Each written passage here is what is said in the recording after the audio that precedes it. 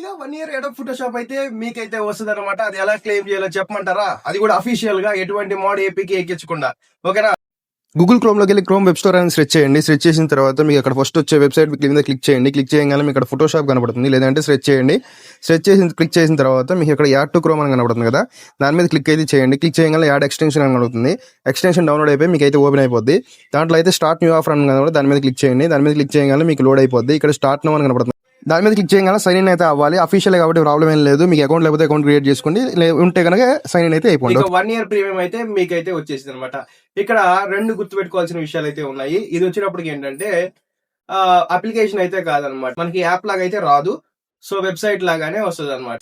రెండోది ఏంటంటే ఇది నెట్ లేకుండా అయితే రాదు.